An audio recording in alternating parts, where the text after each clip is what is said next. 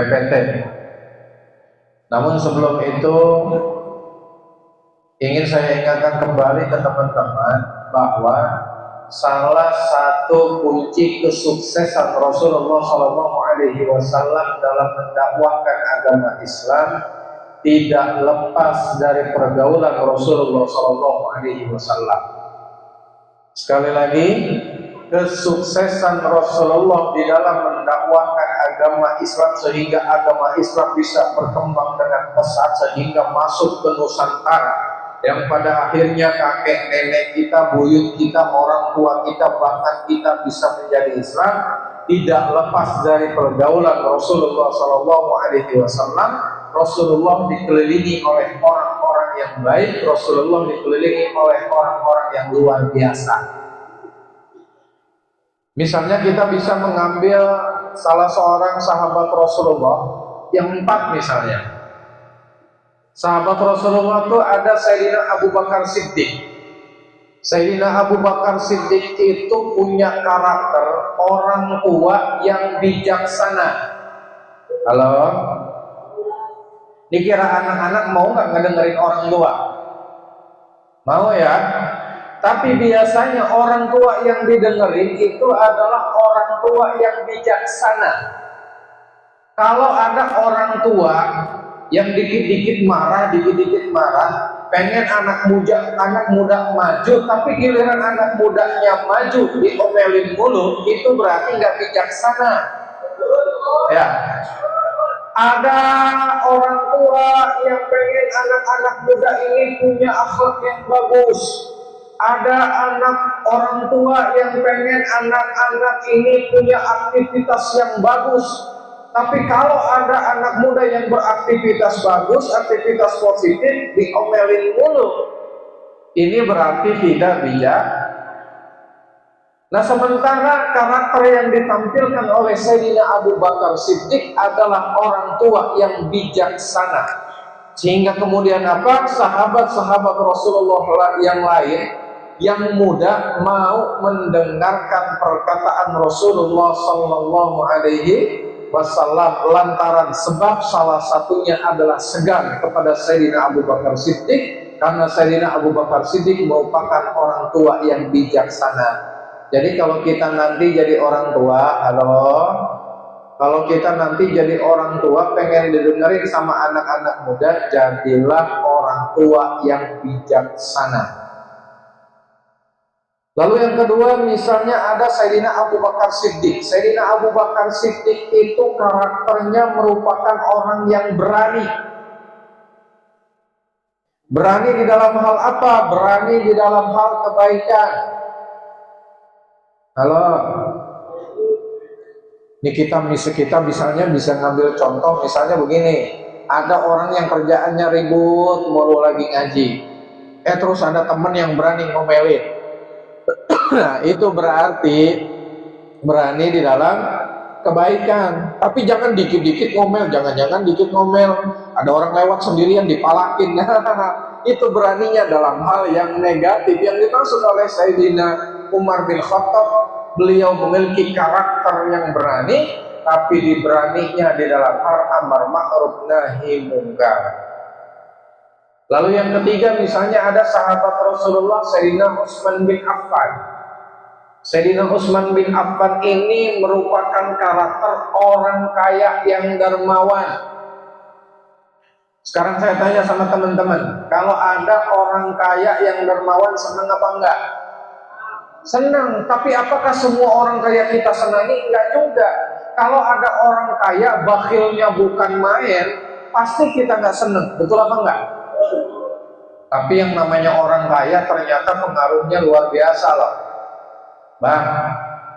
Kalau ada orang kaya ternyata pengaruhnya luar biasa.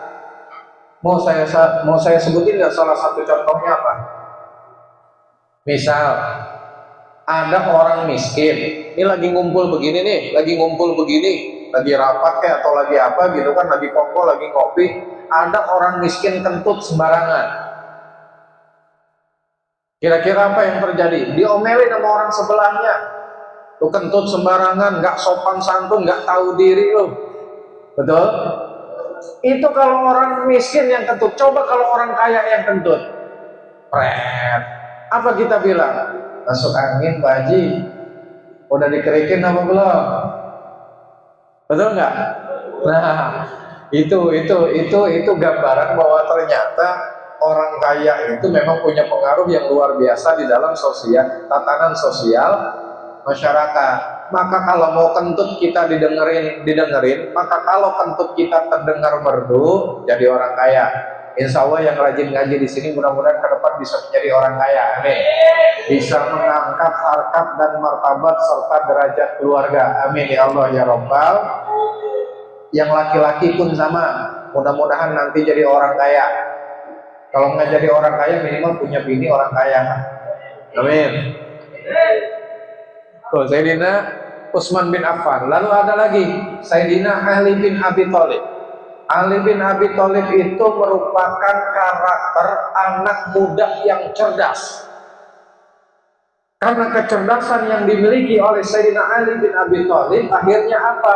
Kalau Sayyidina Ali ngomong, yang tua mau ngedengerin, yang kaya mau ngedengerin, apalagi yang miskin. Maka di dalam tatanan sosial tuh kalau omongan kita mau didengerin, maka harus jadi anak muda yang cerdas. Nah, salah satu kehebatan Rasulullah adalah bisa menyatu padukan karakter-karakter yang berbeda ini, sehingga kemudian Rasulullah Shallallahu Alaihi Wasallam dinyatakan berhasil dalam mendakwahkan agama Islam. Nah, Rasulullah dikelilingi oleh orang-orang yang baik. Rasulullah dikelilingi oleh orang-orang yang senantiasa memiliki perilaku yang positif. Bukan berarti Rasulullah tidak suka dengan orang yang akhlaknya jelek ya. Bukan, tetapi di dalam bergaul Rasulullah Shallallahu Alaihi Wasallam dikelilingi oleh orang-orang yang baik. Maka sesungguhnya ini yang harus kita lakukan. Halo? Halo? Halo? Suka bergaul kan? Suka. Salah satu ciri orang yang bergaul itu apa? Dia nggak introvert. Tahu introvert? Hah? Maunya sendiri mulu, nggak punya teman. Teman sejatinya apa? Teman sejatinya handphone. Ya. Kalau kita yang punya teman kadang-kadang lagi nggak punya duit, lagi galau, ngadunya sama siapa? Ngadunya sama temen. Kalau giliran mereka yang nggak punya temen, ngadunya sama siapa? Ngadunya sama status WA, status IG, nggak jelas tuh begitu ya. Maka banyakin teman. Nah, pertanyaannya, apakah pergaulan kita punya pengaruh terhadap masa depan kita? Ternyata betul bahwa yang namanya pergaulan sangat berpengaruh terhadap masa depan kita. Kalau kita bergaul dengan orang yang baik, insya Allah masa depan kita pun bisa menjadi baik. Tapi kalau sejak dini kita bergaul dengan orang-orang yang tidak baik, maka bisa jadi masa depan kita akan menjadi masa depan yang suram alias madesuk. Rinciannya begini, ini Bang Ilham sudah membuat PPT. Apa PPT? PowerPoint. Ini agak warnanya kuning. Bisa kebaca ya, pengaruh pergaulan terhadap masa depan dalam perspektif agama Islam. Konsep pergaulan itu pertama, dalam pergaulan ini kita mengenal yang namanya istilah ukhuwah. Ya, ukhuwah. Ukhuwah itu ada 3. Ada ukhuwah Islamiyah, ada ukhuwah watoniyah, atau ada ukhuwah basyariyah, atau bisa juga disebut ukhuwah insaniyah. Ukhuwah Islamiyah artinya begini, kita menjalin persaudaraan, kita menjalin kekerabatan, atau kita bergaul dengan sesama umat Islam. Itu namanya ukhuwah Islamiyah. Ya, saling berhubungan baik dengan orang Islam, semata-mata menjalin relasi dengan umat Islam, itu disebut ukhuwah Islamiyah. Lalu kemudian ada lagi ukhuwah watoniyah. kita menjalin persaudaraan, kita bergaul dengan sesama anak bangsa tanpa pernah memperdulikan agama. Yang penting selama kita satu bangsa, maka itu termasuk ukhuwah yang kita sebut dengan ukhuwah watoniyah. Lalu yang berikutnya ada ukhuwah insaniyah atau yang kita sebut juga dengan ukhuwah basyariyah. Artinya kita bergaul kepada sesama manusia tanpa pernah memperdulikan agama, tanpa pernah memperdulikan suku, tanpa pernah memperdulikan bangsa. Ini yang dinamakan ukhuwah basyariyah atau juga disebut dengan ukhuwah insaniyah.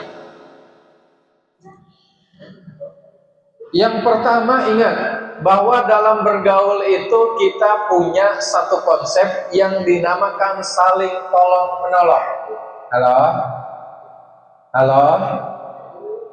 Kita punya konsep dalam bergaul namanya saling tolong menolong. Ya, tuh ayatnya ada. Mana tadi tuh? Wa ta'awanu 'alal birri wat taqwa wa la ta'awanu 'alal ismi wal 'udwan. Saling tolong menolonglah kamu di dalam kebaikan dan takwa, dan janganlah kamu saling tolong menolong dalam berbuat dosa dan pelanggaran. Maksudnya begini teman-teman. Halo? Bentar, jangan ngobrol. Tolong menolong itu merupakan patokan utama di dalam pergaulan. Ya. Salah satu contoh yang sederhana misalnya, kalau ada teman kita yang kesusahan, kita bantu. Itu salah satu ciri khas di dalam pergaulan. Atau misalnya begini, kalau kita nih, ini kita bergaul di sini, ini udah dianggap saudara apa belum nih? Udah dianggap teman apa belum? Neng, ini nggak teman-teman yang ngaji ada di sini udah dianggap teman apa belum? Hah? Jangan-jangan namanya aja nggak tahu lagi ya? Ini Bang Ilham wajib kenalin nih. Ini anaknya Bang Udin. Ada di sini anaknya Bang Udin. Yang mana orangnya? Oh, pantes ganteng tuh. Ini anaknya Bu Rodiah tuh. Ya. Kenapa? Jadi suatu hari nanti misalnya lagi ngaji nggak pernah kelihatan, begitu ditanya kabarnya ternyata sakit, maka itu tadi berlaku konsep wa ta'awanu 'alal birri wat taqwa wa la ta'awanu 'alal ismi wal 'udwan. Jengukin, ya, itu baru namanya pergaulan. Tapi kalau ada teman kita yang sakit, teman kita yang ada kesusahan, kita sama sekali nggak peduli, itu bukan bergaul. Bergaul tapi sama sekali tidak pernah punya kepedulian. Nah, itu bukan dinamakan gaul. Yang dinamakan gaul, ingat, kita punya konsep apa? Saling membantu di dalam hal yang positif, serta saling mengingatkan di dalam hal yang negatif. Kalau ada teman kita yang berbuat positif, yuk kita bantu, kita dukung. Kalau ada teman kita yang berbuat negatif, maka kewajiban kita adalah mengingatkan atau kita saling menasehati supaya teman kita tidak terjerumus ke dalam lembah kenistaan. Dan ingat teman-teman, ingat, ternyata ukuran kita itu atau kualitas kita bisa kita lihat juga dengan siapa kita bergaul. Halo Neng, kalau kita berteman dengan orang-orang pintar, meskipun kita kurang pintar, karena orang-orang sering melihat kita bergaul dengan orang pintar, maka yang ada orang akan menganggap kita pintar. Kalau kita punya teman-teman yang rajin sholat, yang rajin ngaji, walaupun mungkin kadang-kadang kitanya malas ngaji, malas sholat, berhubung orang-orang sering lihat tongkrongan kita, tempat ngopi kita, teman kita ngerokok itu orang-orang yang rajin sholat dan rajin ngaji, maka sudah barang tentu kadang-kadang orang pun akan menilai, wah, kita termasuk orang-orang yang rajin ngaji, rajin sholat. Betul apa enggak? Betul. Tapi beda kalau kita bergaul dengan orang-orang yang, maaf, misalnya gerajulan. Tahu gerajulan?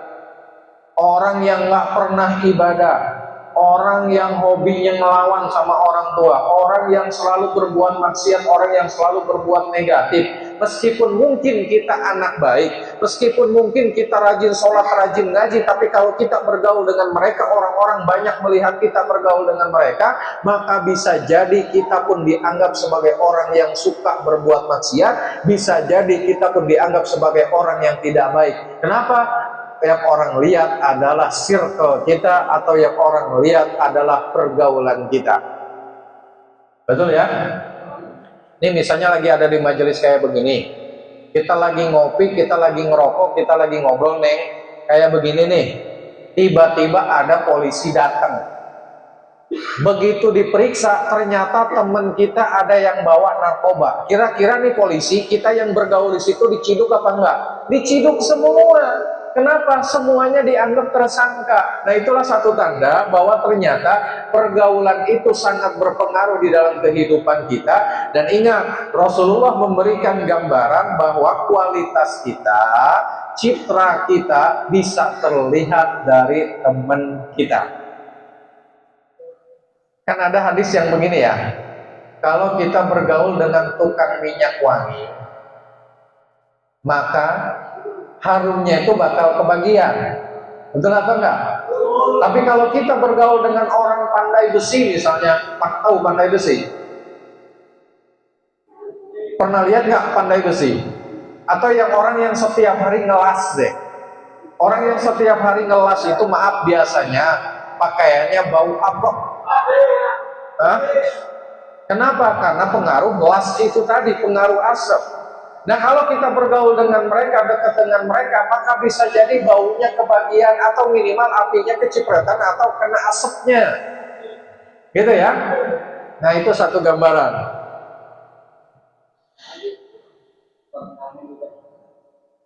Tuh, ada satu hadis Rasulullah SAW bersabda, artinya seseorang itu tergantung pada agama temannya, maka hendaklah salah seorang di antara kamu memperhatikan dengan siapa ia berteman.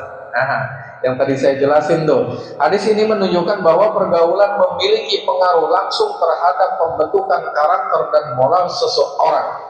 Teman yang baik akan menjadi cermin kebaikan, sedangkan teman yang buruk dapat membawa pengaruh negatif terhadap perilaku keimanan. Maka kalau mau perilaku kita terjaga tetap positif, kita tetap rajin sholat, kita tetap rajin ngaji, usahakan circle kita atau pergaulan-pergaulan kita adalah orang yang sama sesuai yang kita inginkan. Jadi kalau kita pengen ngaji, terus kita upayakan bahwa teman-teman kita adalah teman-teman yang doyan ngaji. Betul nggak? Kita lagi tiduran di rumah, wayahnya ngaji nih, wayahnya ngaji. Tiba-tiba ada teman kita yang nyamperin, kira-kira ngaji apa enggak? Ikutan ngaji. Tapi kalau kita males ngaji, sementara teman-teman kita males ngaji pun ya sudah, nggak ada yang nyamper. Intinya apa? Saling mengingatkan satu sama lain di dalam hal yang sifatnya positif. Jadi begitu ya, kalau kita ibadah kita pengen terjaga, keimanan kita pengen terjaga, perilaku yang positif kita terjaga, kita upayakan kita bergaul dengan yang satu circle. Loh, serba enak lah. Contoh misalnya begini di pesantren. Tadi ada Ustadz siapa? Ustadz Dimas. Yang mana orangnya? Ustadz. Nah, Ustadz Dimas. Ustadz Dimas itu kan di pondok pesantren. Ngafalin Quran pastinya ya, ngafalin Quran. Kenapa kemudian ngafalin Qurannya bisa cepat? Karena circle-nya orang-orang yang ngafal semua. Ya, circle-nya orang yang ngafal semua. Kita ngafalin, teman sebelah kita ngafalin, sebelah kanan ngafal, sebelah kiri ngafal, depan ngafal, belakang ngafal. Ya, lagi tidur di atas kasur, kita tidur di bawah ngafal, di atas juga ngafal. Circle-nya begitu. Nah, maka kemudian tadi upayakan. Jadi teman bergaul kita adalah teman yang membuat kita mengarah kepada hal yang positif gitu ya. Nah, pengaruh pergaulan terhadap masa depan, satu, pembentukan kepribadian dan moralitas. Halo teman-teman. Halo. Ingat, pergaulan kita saat ini sangat berpengaruh terhadap karakter kita atau moral kita. Sebab begini, yang namanya pendidikan itu ada 3 macam. Ingat ya, Pendidikan itu ada 3 macam. Ada pendidikan formal, ada pendidikan non formal, ada pendidikan informal. Pendidikan formal apa? Pendidikan formal itu kan PAUD, TK, SD, SMP, SMA, S1, S2, S3. Itu pendidikan formal namanya. Tapi ada juga yang dinamakan pendidikan non formal. Pendidikan non formal apa? Itu tadi nih kita ngaji kayak begini. Ini pendidikan non formal namanya. Indikasi pendidikan non formal apa? Kita ngaji di sini, selesai ngaji kan nggak ada ulangan ya. Nanti misalnya sebulan sekali atau setahun sekali nanti kita mengadakan UTS. Per 6 bulan ngadain UTS. Di akhir tahun kita ngadain UAS. Nggak ada kan? Nggak ada yang munten, nggak ada yang bagi rapot. Nah itu tanda kalau kita saat ini sedang melakukan pendidikan non formal. Kursus non formal, pelatihan-pelatihan itu pendidikan non formal, artinya pendidikan yang tidak dapat ijazah. Lalu yang ketiga, pendidikan informal. Pendidikan informal itu apa? Pendidikan yang kita dapat dari orang tua kita di rumah, pendidikan yang kita dapat dari saudara-saudara kita rumah, dan pendidikan yang kita dapat dari teman-teman kita di luar. Ya, jadi maaf Neng, kalau kita bergaul dengan orang yang lemah lembut, insya Allah perilaku kita pun akan lemah lembut.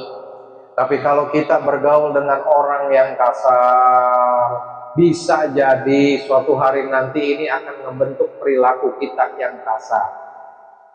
Ya, mudah-mudahan ini kita sadari begitu. Jadi ingat, yang namanya pergaulan bisa membentuk karakter dan bisa membentuk moral. Lalu yang berikutnya, pengaruh pergaulan terhadap masa depan adalah arah pendidikan dan karir. Maksudnya begini, kalau teman-teman bergaul kita adalah orang yang rajin-rajin, kalau teman bergaul kita adalah orang yang sadar betul artinya pendidikan, maka insya Allah ini berpengaruh terhadap kita. Contoh, misalnya nih, kita lulus SMA mau ngapain? Ada yang kerja, ada yang kuliah. Lagi-lagi pergaulan itu sangat berpengaruh.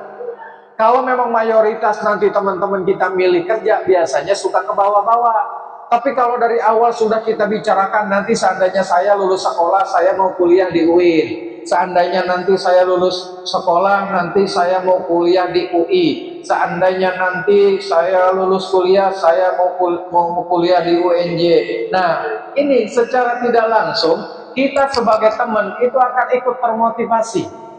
Ya, akan ikut termotivasi. Kalau memang teman saya kuliah, maka insya Allah saya pun harus kuliah. Kalau teman saya nanti bisa membanggakan orang tua dengan cara mengajak orang tuanya ikut di acara wisuda, maka saya pun harus bisa kuliah sampai selesai sehingga bisa membanggakan orang tua saya dan bisa mengajak orang tua saya datang ke acara wisuda. Yang berikutnya apa? Karir. Neng, mau dapat jodoh yang bagus? Ingat, yang namanya jodoh itu sangat berpengaruh terhadap, sangat ditentukan oleh yang namanya pergaulan. Neng, kalau circle kita bagus, pergaulan kita bagus, insya Allah bakal ketemu jodoh yang bagus juga. Sebab kenapa? Kadang-kadang yang namanya jodoh itu kan, ya beginilah, yang namanya jodoh pasti diawali oleh perkumpulan. Yang namanya jodoh itu pasti diawali oleh pertemuan. Kalau pertemuan kita adalah pertemuan di tempat yang bagus, kalau pertemuan kita di tempat yang sekiranya positif, maka insya Allah ketemu dengan orang yang baik alias dapat jodoh yang baik. Mas, ini kita kan orang-orang di pengajian ya. Kalau orang-orang di pengajian itu kita punya tanggung jawab. Punya tanggung jawabnya apa? Punya tanggung jawab membawa citra pemuda Islam. Maka ingat, kita sebagai anak muda harus menampilkan citra agama Islam. Jangan sampai kayak begini nih. Jangan sampai begini, nanti teman kita ngomong, saya bergaul sama dia, tapi ternyata teman ngehianatin mulu. Padahal maaf, sehari-harinya dia sholat di masjid, sehari-harinya dia ngaji di majelis. Nah, jangan sampai ada istilah kayak begitu. Maka kita ingat, kita sebagai anak remaja masjid yang rajin sholat di masjid, yang rajin ngaji di masjid, harus betul-betul menampilkan citra Islam. Sehingga kenapa? Citra kita ini bisa menular kepada yang lainnya. Ya, ingat, kalau mau dapat jodoh yang bagus harus bergaul yang bagus juga. Kalau pengen nanti kita punya masa depan yang baik, karir yang baik, maka dari sekarang harus bergaul dengan orang-orang yang baik. Saya ambil contoh saya. Dulu saya itu sama sekali nggak ngeh sama yang namanya kuliah. Nggak ngeh. Tapi kebetulan saya bergaul dengan orang-orang yang kuliah. Kemudian teman saya ngomporin, ente ini cocoknya kuliah, nggak cocok kerja katanya. Sebab kenapa? Kalau kerja jangankan kerja di pabrik, ngebersihin kipas saja nggak bisa. Cocoknya kuliah. Dan ternyata alhamdulillah saya kuliah. Saking senengnya kuliah, ya terus-terusan kuliah sampai sekarang belum putus tuh. Itu berasal dari mana? Dari pergaulan teman-teman. Dan artinya apa? Ingat, gimana kita ke depan sangat tergantung oleh yang namanya pergaulan. Lalu yang ketiga, pengaruhnya apa? Kestabilan spiritual dan emosional. Halo? Masih pada dengar kan? Nah, itu tadi. Bergaul itu kan enak kalau kita ini ngumpul sama orang yang sefrekuensi. Betul apa enggak? Kalau kita ngumpul bareng orang yang sefrekuensi sama kita nih, lagi bercanda, nggak baperan. Bercandanya jadi enak, betul nggak? Karena ada orang yang dibercandain, dia suka ngeledek orang, sekalinya diledek, marah. Ini orang baperan nih begini. Ada nggak yang begitu nih? Hobi ngeledek, sekalinya ngeledek, marah. Ada orang yang hobinya ngebecandain orang mulu, sekalinya dibecandain, dia ngambek, nggak mau datang lagi ngopi, nggak mau datang lagi ngaji. Nah, ini kenapa? Berarti kan nggak sefrekuensi. Yang bagus itu sefrekuensi, ya, sefrekuensi. Supaya kenapa? Supaya tadi seiring sejalan sekata, insya Allah pergaulan jadi enak. Dan yang terpenting apa? Spiritual dan emosional kita terjaga. Spiritual dan emosional kita terjaga. Kapan waktu kita malas sholat, teman kita rajin sholat, ada yang ngajak kita sholat. Kapan waktu kita males buat ngaji, ada aja teman yang ngajak ngaji yuk. Kan mau nggak mau kita kalau bilang enggak, malu, maka teman kita ngajak. Ada teman kita yang hobi ziarah, hobi silaturahmi ke ulama. Suatu waktu kita males, kan nanti mereka ngajak, ayo kita ziarah yuk, kita silaturahmi ke ulama. Nah, itu yang dimaksud spiritual kita dan emosional kita tuh terjaga. Ya, kapan waktu kita gampang banget emosian, kapan waktu kita gampang baperan, diingetin sama temen tuh. Sama teman sefrekuensi, jangan gampang ngambek, jangan gampang baper. Nah, artinya apa? Kondisi emosional kita tetap terjaga, tergantung dengan pergaulan. Ini lalu yang keempat, citra dan reputasi sosial. Tadi yang saya bilang, kalau kita bergaul dengan para ustadz, dengan para santri, dengan orang yang ngaji, dengan orang yang rajin sholat, insya Allah orang nganggapnya kita bagus saja. Mas, bang, nih dengerin. Kalau kita rajin ngaji, rajin sholat, kita jadi anak remaja masjid yang memang sudah dikenal orang-orang sebagai remaja masjid. Kapan waktu, maaf, misalnya kita datang ke rumah perempuan, ngapel, bahasanya ngapel, tahu ngapel kan? Kata bapaknya, waduh dia, gua udah tahu banget nih, dia orangnya rajin sholat, rajin ngaji, ini anak remaja masjid. Kira-kira orang tuanya welcome apa enggak? Welcome. Kenapa? Sebab orang tua tidak harus mencari tahu dia kelakuannya kayak gimana. udah ketahuan jelas-jelas orangnya suka ngaji, suka sholat, terlebih lagi jadi anak hadroh katanya. Udah. Ya, insya Allah. Begitu ya. Jadi pergaulan itu sangat berpengaruh terhadap citra dan reputasi kita. Ada orang loh, Bang, ada orang yang ketemu menteri, foto, ketemu gubernur, foto, ketemu wali kota, foto, kemudian dibikin status. Kita nganggapnya apa? Wah, nih orang-orang penting nih, orang gede. Betul apa enggak? Betul. Kalau ada orang yang ada contoh yang lain misalnya, kalau ada foto nih, foto lagi di Instastory lagi di masjid, lagi di pengajian, kira-kira nganggapnya orang bagus apa enggak? Bagus. Tapi kalau kita nih, maaf, misalnya statusnya lagi di bar, statusnya lagi di diskotik, sudah barang tentu citra kita pun menjadi tidak baik. Maka kembali lagi ke kajian awal, yang namanya pergaulan sangat berpengaruh terhadap citra dan reputasi sosial, gitu ya. Jadi mudah-mudahan ini bisa dipahami. Nah, ada lagi etika di dalam bergaul. Etika di dalam bergaul. Satu, menjaga adab berbicara dan bertingkah laku. Halo? Halo? Kalau lagi bercanda jangan kelewatan. Lagi bercanda jangan kelewatan. Boleh bercanda, tapi kalau bisa bercandanya jangan sampai berhubungan dengan kehidupan keluarga. Ya, misal ada di antara kita yang anak yatim, kemudian karena dia tidak memiliki bapak, akhirnya kita olok-olok. Nah, itu bukan bercanda, tapi menghina. Kalau ada di antara kita yang misalnya putus sekolah, lantas putus sekolahnya itu kita jadikan sebagai bahan olok-olok. Ingat, itu bukan bercanda, itu namanya menghina. Kalau ada teman kita yang lagi sakit, kemudian kesakitannya itu kita jadikan sebagai bahan bercandaan, itu bukan bercanda namanya, itu namanya menghina. Ya, ingat, jaga adab berbicara, jaga perilaku kita. Seakrab-akrabnya kita sama orang jangan nyeloncongan. Nah, gitu ya. Seakrab-akrabnya kita sama orang jangan nyeloncongan. Kalau lagi ngerokok bareng, minjem korek mah wajar kali. Betul nggak? Hah? Yang nggak wajar itu nyolong korek. Hah?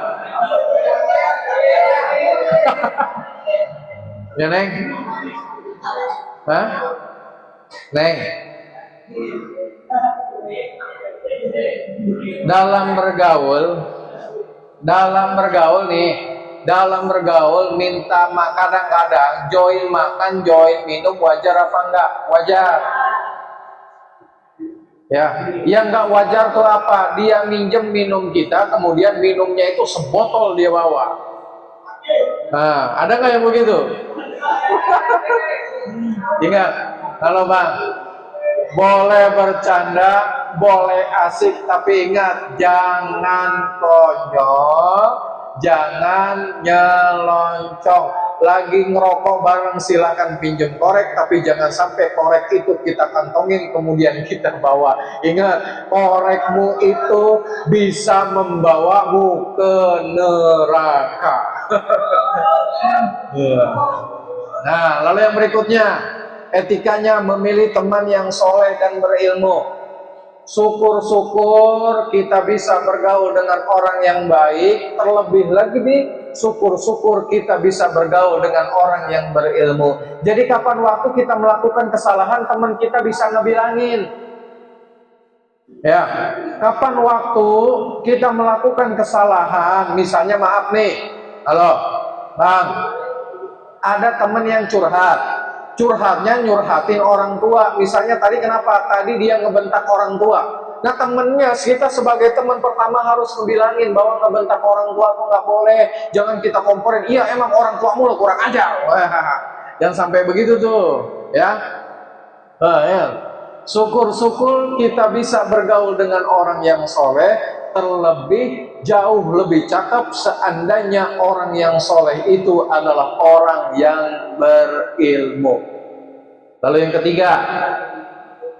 ketiga, menjauhi pergaulan bebas antara laki-laki dan perempuan. Bang, yang dimaksud bergaul bebas tuh kayak begini, bukan berarti kita nggak boleh punya teman perempuan ya. Neng, bukan berarti nggak boleh punya perempuan laki.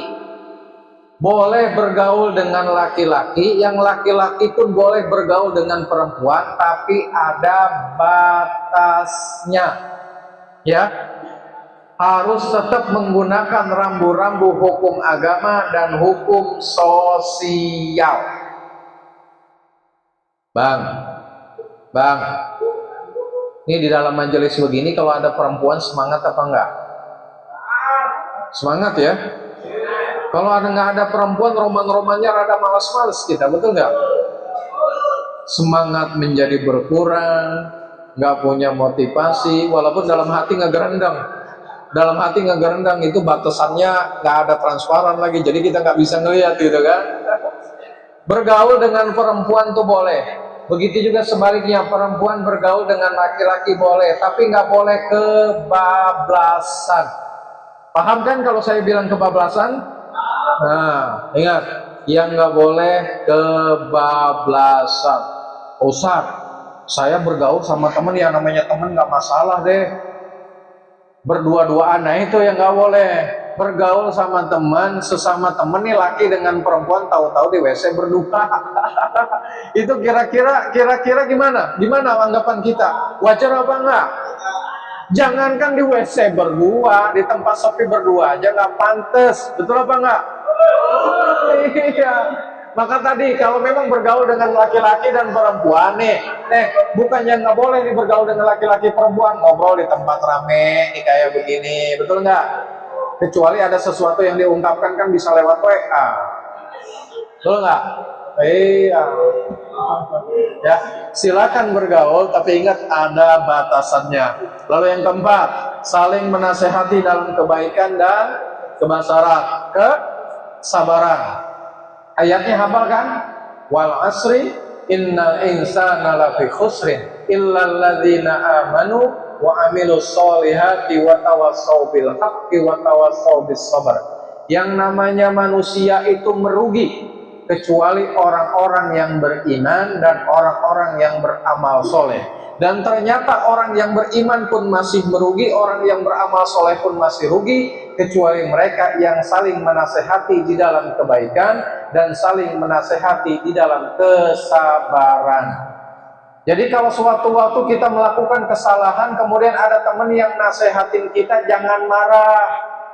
Ya Neng, ada nggak di sini orang dinasehatin tiba-tiba marah sama temennya? Jangan.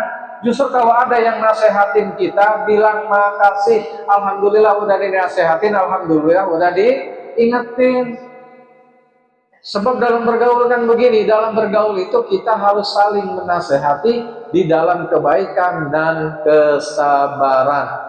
Ada yang bisa mencontohin nggak di dalam kebaikan? Contoh tadi, teman kita belum sholat, boleh lah ya, sekali-kali kita ngajak teman kita buat sholat. Teman kita yang biasanya ngaji tiba-tiba nggak pernah kelihatan lagi, nasehatin, kenapa sih nggak mau datang ngaji? Yuk kita ngaji lagi, enak, rame. Kalau nggak ada lu nggak enak. Nah, begitu kan?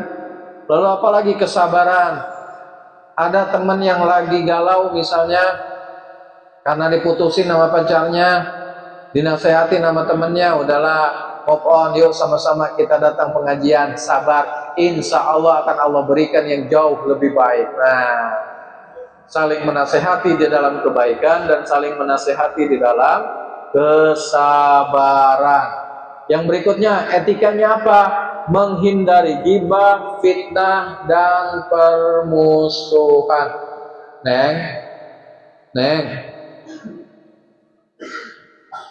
di dalam bergaul upayakan jangan sampai ghibah mulu, ya. Hey, Neng, kalau kita sering ngegibahin orang, bisa jadi teman bergaul kita ketika kita tidak ada ngegibahin kita. Ya, Maka begitu, kalau lagi bergaul mah udah asik-asikin aja, jangan sampai kita ngomongin kejelekan orang, jangan sampai kita ngomongin aib orang lain. Terlebih jangan sampai kita berbuat fitnah. Kalau memang sekiranya teman kita berbuat kesalahan, ingat, katakan sebagaimana yang ia salah, tapi jangan dilebih-lebihin. Jangan suka ngelebih-ngelebihin kesalahan orang lain.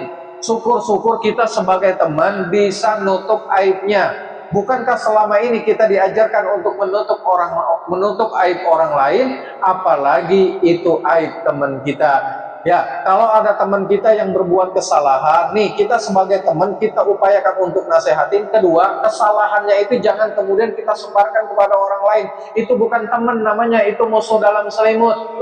Betul apa enggak? Kalau ada teman kita yang berbuat tidak bagus, aibnya kita jaga cukup sampai diri kita sendiri. Jangan sampai kemudian kita sebarkan aib itu kepada orang lain. Lalu yang berikutnya permusuhan. Kalau sudah temenan jangan sampai jadi musuh. Ya, kalau sudah berteman jangan sampai jadi musuh. Yang namanya berteman kalau ada kesalahan wajar. Tapi ingat, kesalahannya yang berbuat salah harus meminta maaf, yang diperbuat salah harus memaafkan. Itu namanya teman. Ya, kalau sekali berbuat salah kemudian kita udah ditinggal, itu namanya bukan teman. Ingat tuh, tadi coba next. Ada nih.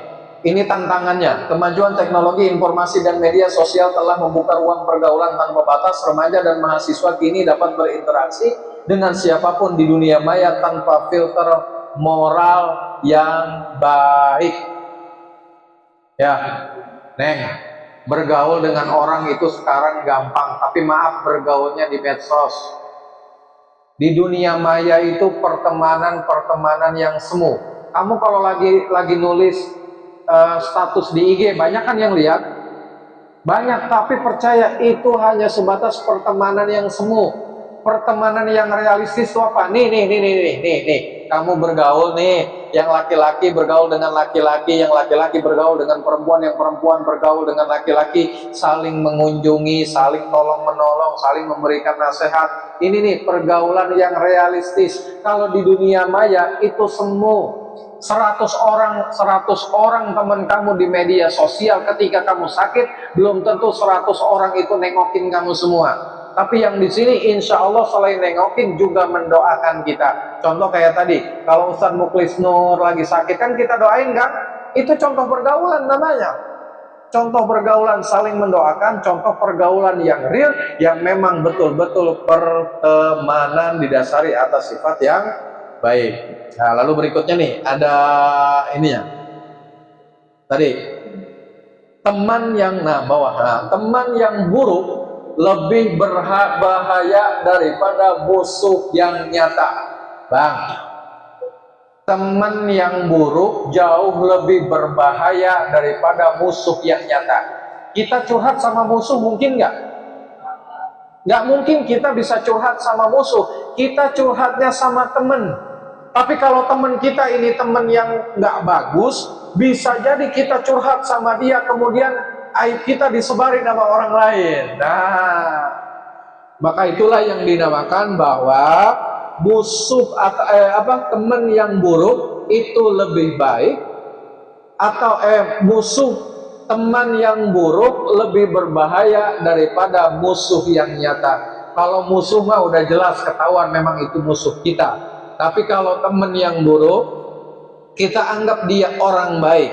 Kita anggap dia orang yang bisa ngejaga dan ngelindungin aib kita. Namun ternyata dia ngehianatin kita, dia nyebarin aib kita. Tuh, teman yang buruk. Maka yuk, dari mulai sekarang, Bang, Neng,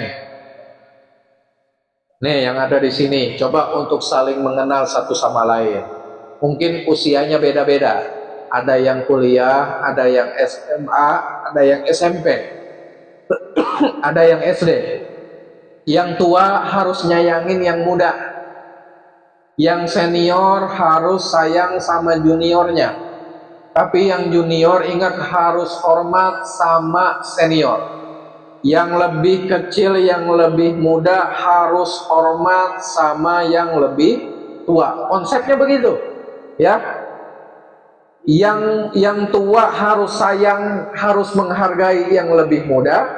Yang lebih muda harus hormat sama yang lebih tua. Nih yuk kita jadikan ini sebagai teman-teman. Insya Allah mudah-mudahan dari pengajian ini bisa terwujud pergaulan yang baik, bisa terwujud pergaulan yang positif, sehingga insya Allah ke depan masa depan kita menjadi lebih baik dan lebih cerah lantaran kita bergaul dengan circle yang baik dan soleh sebagaimana yang Allah dan Rasulullah ridhoi. Baik, dari sini ada yang mau ditanyakan? Baik, apa yang saya jelaskan mudah-mudahan bisa menjadi ilmu yang bermanfaat buat kita. Sekali lagi pesan saya, yuk sama-sama kita realisasikan ini, kita amalkan, kita implikasikan. Contoh yang sederhananya begini, nih orang-orang yang ada di sini harus kita anggap sebagai teman, ya. Jadi jangan sampai nih sering ngaji namanya aja nggak tahu. Jangan sampai sering ketemu di sini, sering ngaji di sini, namanya aja nggak tahu. Udahlah, ini teman-teman kita. Ini teman-teman kita yang insya Allah saling tolong menolong, yang insya Allah bisa saling menasehati satu sama lain. Ya, bisa ya? Bisa kan? Mudah-mudahan, amin ya Allah ya Rabbal. Demikian. Wallahul muwaffiq ila aqwamit thoriq. Assalamualaikum warahmatullahi wabarakatuh.